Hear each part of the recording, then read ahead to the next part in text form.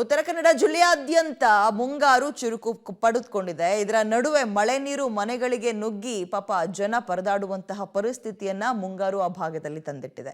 ಇದಕ್ಕೆ ಸಂಬಂಧಪಟ್ಟಂತೆ ಒಂದು ರಿಪೋರ್ಟ್ ಇದೆ, ನೋಡ್ತಾ ಹೋಗೋಣ.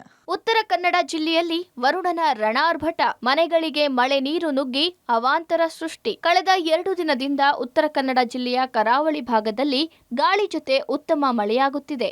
ಆದರೆ ಮಳೆಯ ಆರ್ಭಟಕ್ಕೆ ತಗ್ಗು ಪ್ರದೇಶಗಳಲ್ಲಿ ನೀರು ನುಗ್ಗಿ ಅವಾಂತರ ಸೃಷ್ಟಿಯಾಗಿದೆ. ಕಾರವಾರ ನಗರದ ಮರಿಯಾ ನಗರದಲ್ಲಿ 4 ಮನೆಗಳಿಗೆ ನೀರು ನುಗ್ಗಿದ್ರೆ, ಅಂಕೋಲಾ ಭಾಗದಲ್ಲಿನ ಕುಂಬಾರಕೇರಿ ಸುತ್ತಲಿನ ಪ್ರದೇಶದಲ್ಲಿ ಮಳೆ ನೀರು ಸಮುದ್ರಕ್ಕೆ ಸೇರಲು ಅಡಚಣೆಯಾಗಿ 3 ಮನೆಗಳು ಜಲಾವೃತವಾಗಿದೆ. ಇನ್ನು ಕುಮಟಾ ಭಾಗದ ವಾಲ್ಗಳ್ಳಿ ಗ್ರಾಮ, ಕುಜಳ್ಳಿ ಹೋಬಳಿ ಗ್ರಾಮಗಳಲ್ಲಿ ಮನೆಗಳಿಗೆ ನೀರು ನುಗ್ಗಿದ್ದು, ಮಳೆಯಿಂದ ಕುಮಟಾ ಸಿದ್ದಾಪುರ ರಾಜ್ಯ ಹೆದ್ದಾರಿ ಜಲಾವೃತವಾಗಿ ಸಂಚಾರಕ್ಕೆ ಅಡಚಣೆಯಾಗಿದೆ.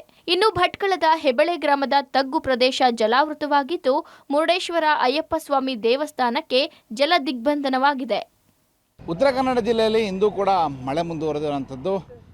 ಭಾಳಷ್ಟು ಭಾಗದಲ್ಲಿ ಅಲ್ಪ ಬಿಡುವನ್ನು ಕೊಟ್ಟರೆ ಮತ್ತೆ ಮಳೆ ಪ್ರಾರಂಭವಾಗಿರುವಂಥದ್ದು. ಉತ್ತರ ಕನ್ನಡ ಜಿಲ್ಲೆಯ ಅಂಕೋಲಾ ಭಾಗದಲ್ಲಿ ಅತಿ ಹೆಚ್ಚು ಸಮಸ್ಯೆಗಳು. ನಾವಿವತ್ತು ಅಂಕೋಲದ ಪೂಜಗೇರಿ ಭಾಗದಲ್ಲಿದ್ದೀವಿ. ಈ ಭಾಗದಲ್ಲಿ ಯಾವ ರೀತಿಯ ದೃಶ್ಯ ಇದೆ ಅನ್ನೋದನ್ನು ನಾನು ತೋರಿಸ್ತೇನೆ. ಯಾಕಂದರೆ ಅಂಕೋಲಾ ಭಾಗದಲ್ಲಿ ಹೆಚ್ಚಾಗಿ ತಗ್ಗು ಪ್ರದೇಶ ಏನಿದೆ, ಆ ತಗ್ಗು ಪ್ರದೇಶದಲ್ಲಿ ನೀರು ನಿಲ್ಲುವಂತಹ ಹೆಚ್ಚಿನ ಪರಿಣಾಮ ಈ ಭಾಗದಲ್ಲಿ ಈಗ ಮನೆಗಳಿಗೆ ಜಲಾವೃತವಾಗ್ತಾ ಇರುವಂಥದ್ದು ನೀವು ನೋಡ್ಬೋದು. ಈ ಭಾಗದಲ್ಲಿ ಸಾಕಷ್ಟು ಮನೆಗಳಿದ್ದಾವೆ. ಇದು ಪೂಜಗೇರಿಯ ಒಂದು ಗ್ರಾಮ. ಈ ಗ್ರಾಮಗಳಲ್ಲಿ ಸುಮಾರು 30ಕ್ಕೂ ಹೆಚ್ಚು ಮನೆಗಳಿದ್ದಾವೆ. ಆದರೆ ಈ ಭಾಗ ಸುಮಾರು 10ಕ್ಕೂ ಹೆಚ್ಚು ಮನೆಗಳು ಈಗ ಜಲಾವೃತವಾಗ್ತಾ ಇರುವಂಥದ್ದು. ಸುಮಾರು ಒಂದು ಆಳಿನ ಅಡಿಗೂ ಎತ್ತರದಲ್ಲಿ ನೀರು ಈ ಭಾಗದಲ್ಲಿ ನಿಂತಿದೆ. ಹೀಗಾಗಿ ಜನರಿಗೆ ದಿನನಿತ್ಯದ ಕಾರ್ಯಗಳ ಚಟುವಟಿಕೆಗಳು ಕೂಡ ಸಮಸ್ಯೆ ಆಗ್ತಾ ಇರುವಂಥದ್ದನ್ನು ಕಾಣ್ಬೋದಾಗಿದೆ. ಇನ್ನು ಕರಾವಳಿ ಭಾಗದಲ್ಲಿ ಚತುಷ್ಪಥ ಹೆದ್ದಾರಿ ಕಾಮಗಾರಿ ನಡೆಯುತ್ತಿದ್ದು, ಮಳೆಯ ನೀರು ಹರಿಯಲು ತೊಂದರೆಯಾಗಿದೆ. ಹೀಗಾಗಿ ಹೆಚ್ಚು ಮಳೆಯಾಗುತ್ತಿದ್ದಂತೆ ಹಲವು ಭಾಗದಲ್ಲಿ ನೀರು ಸರಾಗವಾಗಿ ಹರಿದು ಹೋಗದೆ ತಗ್ಗು ಪ್ರದೇಶದಲ್ಲಿ ಸಂಗ್ರಹವಾಗುತ್ತಿದ್ದು, ಇದರಿಂದಾಗಿ ಮನೆಗಳು, ಕೃಷಿ ಭೂಮಿ ಜಲಾವೃತವಾಗಿ ಎಲ್ಲಿಲ್ಲದ ಸಮಸ್ಯೆ ತಂದೊಡ್ಡುತ್ತಿದೆ.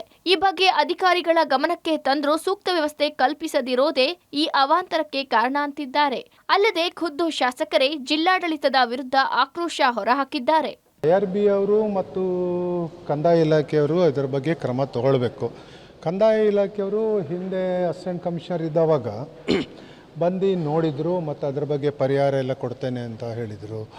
ಅದರ ನಂತರ ಲ್ಯಾಂಡ್ ಸ್ಲೈಡ್ ಏನಾಗ್ತದೆ ಅಲ್ಲಿ ಕೆಳಗಡೆ ವಾಸ ಮಾಡ್ತಾ ಇದ್ದವ್ರಿಗೆ ಹೇಳಿದರು, ನೀವು ಮಳೆಗಾಲದಲ್ಲಿ ಬೇರೆ ಎಲ್ಲಾದರೂ ಹೋಗ್ರಿ, ನಿಮ್ಗೆ ತಿಂಗಳ 10,000 ರೂಪಾಯಿ ಬಾಡಿಗೆ ಕೊಡ್ತೇನೆ ಅಂತ ಹೇಳಿದರು.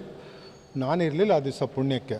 ಅದರ ನಂತರ ಅಸಿಸ್ಟೆಂಟ್ ಕಮಿಷನರ್ ಟ್ರಾನ್ಸ್ಫರ್ ಆಗೋದ್ರು, ಅವ್ರಿಗೆ ಪೇಮೆಂಟೇ ಕೊಟ್ಟಿಲ್ಲ. ಅವ್ರು ಗಲಾಟೆ ಮಾಡಿದರು, ಎಲ್ಲ ಮಾಡಿದರು. ದುಂಡ್ಕುಳಿ ಅನ್ನುವಂಥ ಒಂದು ಭಾಗದಲ್ಲಿ ಅದು ಯಾವತ್ತೂ ಆಗ್ಬೋದು ಅಂತ ಅನಿಸ್ತದೆ. ಅದರ ಬಗ್ಗೆ ಸರ್ಕಾರ ಕ್ರಮ ತಗೊಳ್ಬೇಕು. ಈಗ ಅದೇ ಇನ್ನು ಮಳೆ ಬಿದ್ದು ಲ್ಯಾಂಡ್ ಸ್ಲೈಡ್ ಆದಮೇಲೆ ಮತ್ತೆ ಬರ್ತಾರೆ ಸರ್ಕಾರದವರು, ಅದಕ್ಕಿಂತ ಪೂರ್ವವಾಗಿ ತಗೊಳ್ಬೇಕು.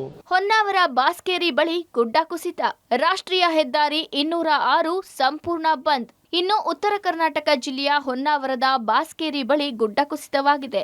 ಇದರಿಂದಾಗಿ ಹೊನ್ನಾವರ ಟು ಸಾಗರ ಟು ಶಿವಮೊಗ್ಗ ಮಾರ್ಗದ ರಾಷ್ಟ್ರೀಯ ಹೆದ್ದಾರಿ ಸಂಪೂರ್ಣ ಬಂದ್ ಆಗಿದೆ. ಇತ್ತ ರಸ್ತೆ ಮೇಲೆ ಬಂಡೆ ಬಿದ್ದಿದ್ರಿಂದ ಕಾರವಾರದಿಂದ ಬೆಂಗಳೂರು ತೆರಳುವವರಿಗೆ ಸಂಚಾರ ಸಮಸ್ಯೆ ಉಂಟಾಗಿತ್ತು. ಸದ್ಯ ಜಿಲ್ಲೆಯಾದ್ಯಂತ ಆರೆಂಜ್ ಅಲರ್ಟ್ ಘೋಷಣೆ ಮಾಡಲಾಗಿದೆ. ಕರಾವಳಿ ಭಾಗದಲ್ಲಿ 55 ಕಿಲೋಮೀಟರ್ಗಿಂತ ಹೆಚ್ಚಿನ ಗಾಳಿ ಬೀಸೋದ್ರಿಂದ ಮಳೆಗಾಲದಲ್ಲಿ ನಡೆಯುವ ಸಾಂಪ್ರದಾಯಿಕ ಮೀನುಗಾರಿಕೆಗೆ ಜೂನ್ 30ರವರೆಗೂ ನಿಷೇಧಿಸಲಾಗಿದೆ.